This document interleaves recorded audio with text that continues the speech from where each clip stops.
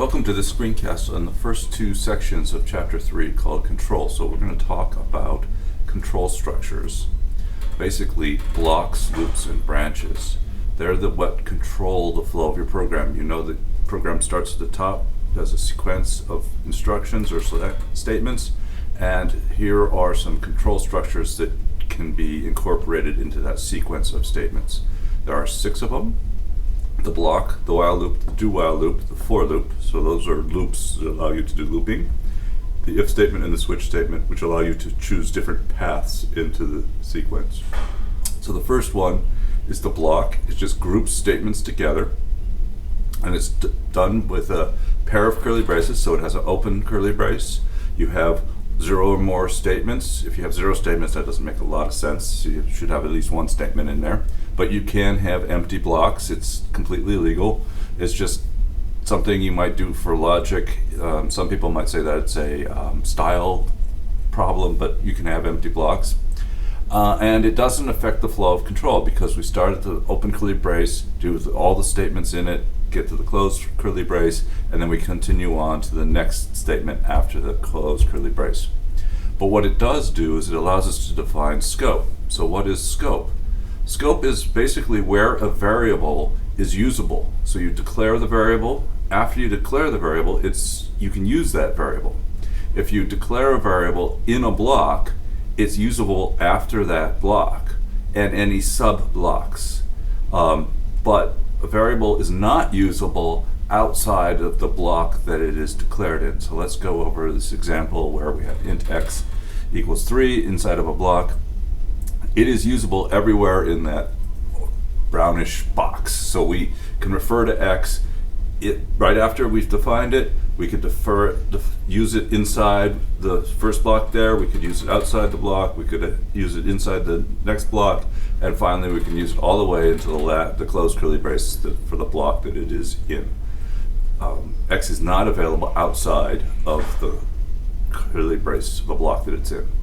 So the character C is usable in the green space. It's not usable outside of the block that it's in. So I can't refer to C right here. I can only refer to X because C is not defined in here.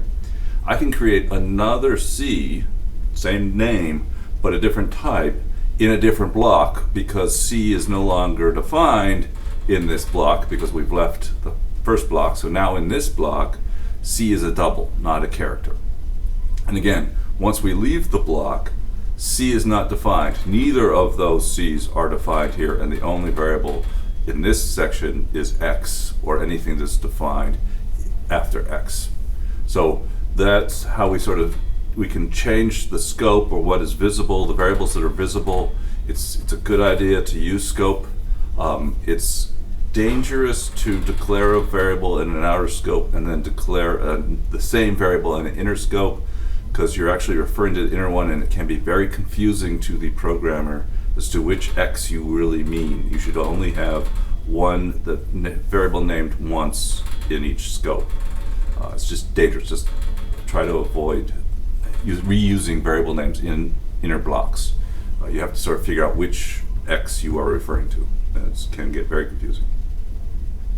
So let's talk about some of the control structures. We're going to talk briefly in the next screencast. We're going to go more detail into the looping, but in this we'll just introduce the loop.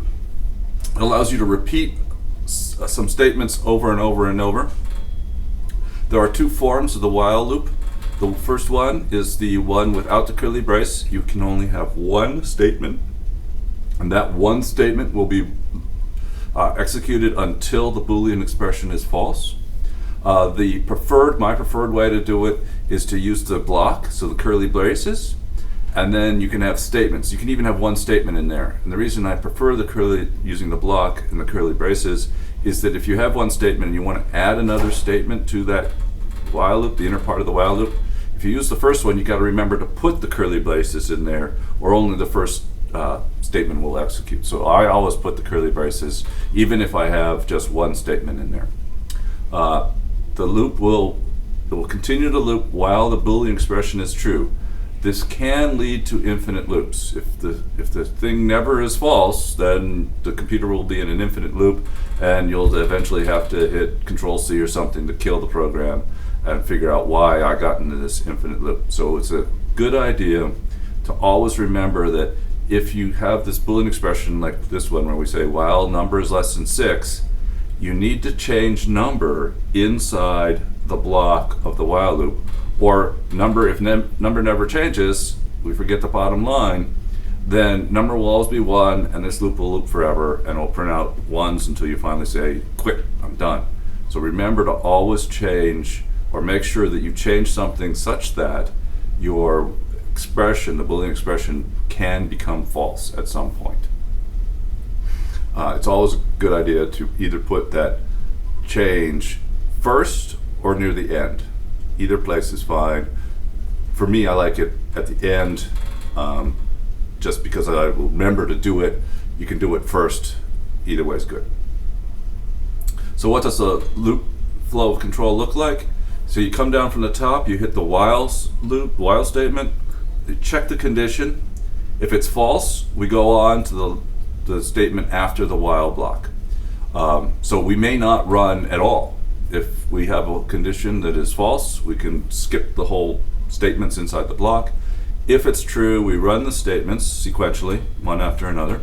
And then after we get to the last statement, we then go back up to the while loop, check its condition, and then potentially go through the statements again and again until finally the condition is false, and we will drop out to the next statement after the while loop.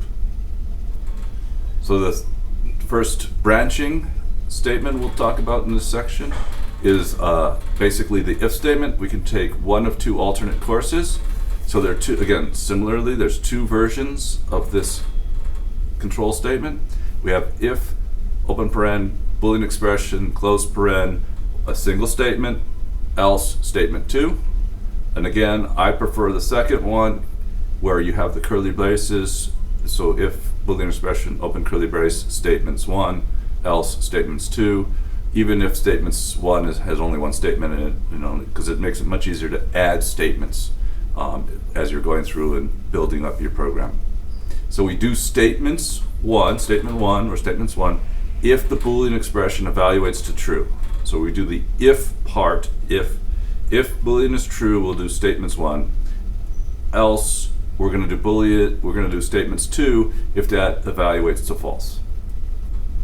So what does that look like?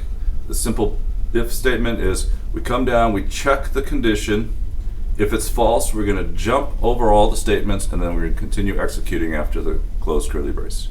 If the condition is true, we're going to execute the statements in order until we get to the bottom, and then eventually we get to the same place. We finish off the block, and we'll continue on. If we have an else, if the condition is true, we do statements 1, and then we skip over statements 2. We don't do them. If the condition is false, we only do statements 2, and then eventually we'll get to the end, and we'll continue on to the next statement after the if-else statement. So those are two examples, simple examples of looping and conditionals or branching. So now we're going to talk about algorithm development. So what is algorithm development? We're coming up with a set of steps, unambiguous steps, that is how our program is going to execute. So programming is difficult because computers, and I say blindly, they follow each X statement that you put in order, and we have to tell the computer in our program every small detail. There's no fuzziness. The computer does not make anything up. They do each statement as it is. We can use looping to go and produce things. A program is, like it says, a step-by-step procedure for carrying out a task. Very similar to an algorithm. The difference is algorithms always terminate. You can write a program that doesn't terminate, so it's not quite identical, but there is a way of developing algorithms very similar to our algorithm for developing programs. So what's the suggested way of doing it? Well, the suggested way of doing it is to write pseudocode and then refine your pseudocode, the steps of your program, and keep refining it until you can replace each step with code. What are the basic things we get to play with? We have variables, so we can declare variables. We can assign values to variables. We have expressions that can be assigned to variables or can be evaluated in conditionals, like in a while loop. We can do input and we output. We could call subroutines, and we can use our control structures that we talked about, the loops and the branches and the blocks. So we want to think about using these components in our pseudocode and as we're building up the steps it takes to build or to perform the task. So for example, we have the task is similar to the programming algorithm. Compute a display the values of an investment for each of the next 5 years. So we would have opened our file, we would have copied the text, we would have created our public class compute value, we would have the public static void main, and then we would put this in the main. We would say we need to get the user's input. This is our first step through computing the 5 years. Compute the value of investment after the first year, display the value. After second year, display the value, et cetera, et cetera, et cetera. So that's how we could calculate the value of investment over the 5 years. So the first refinement would be to notice that that's repetitive, so we compute the value after the next year and display the value. So we create a loop so we can do this the right number of times. So we still get the user's input, but now instead of listing all the 5 years, we create this loop that says, while there are more years to process, compute the value for the next year, display the value. So now we want to look at each of those steps and refine it. So get the user's input. So we will actually refine that to ask for the user for an investment, read the user's response, ask the user for an interest rate, read the user's response. So that gets the user's input. And then we will refine, compute the value after the next year, or we compute the interest earned for the year, and then we add the interest to the year's value, creating a new value. And then while there are more years to process is refined to, we declare a variable years, set it to 0. We loop while years is less than 5, and then we make sure, again, we always make sure we change years, because that's the thing that will cause the loop to end by incrementing the year one time. So when we combine all those together, we get this pseudocode for our algorithm or our program, and then we can convert this into Java quite easily, because these things look very much like Java statements. So we define the variables for principal rate interest, the year. We ask for the user to type in their initial investment. We receive the principal from the text.io class. We output asking them to type in their interest rate. We return the rates. We initialize years to 0. We do the while loop while years is less than 5. We increment years. We calculate the interest, which is the principal times the rate. We then add that to the principal, prints out the principal. We go back to the loop. Years is now incremented 1, so it will do this loop 5 times, and once it's printed out 5 times, we are done. And we'll see what the value of the investment is compounded over 5 years. So what are the program development steps? Basically, this is stepping larger than our programming algorithm is. The programming algorithm is the first 2 bullets. We design the algorithm, figure out what steps we need to do. We then code the algorithm, converting all those steps into Java code. Then we need to compile that code and get rid of all the syntax errors, all the typos, we got the wrong types lining up, all that stuff. Then we need to actually run the program and test to see that the algorithm actually does what it's supposed to do. So we need to test it, we check the results, make sure that it correctly calculated the investment or whatever it was supposed to do. And then we can start debugging the program to find out where the errors in the algorithm or the code are, such that we're not doing the steps correctly, or we missed a step, or we forgot a step. So we need to debug the program and find out where it's not doing what we thought, what it must do. So this is slightly larger than the programming algorithm, which talks about designing the algorithm and creating the code, but it doesn't talk about fixing the compile errors, testing it, and debugging it to make sure that the algorithm actually works correctly. This is the next step outside of the programming algorithm that I gave you earlier. And thank you for your attention.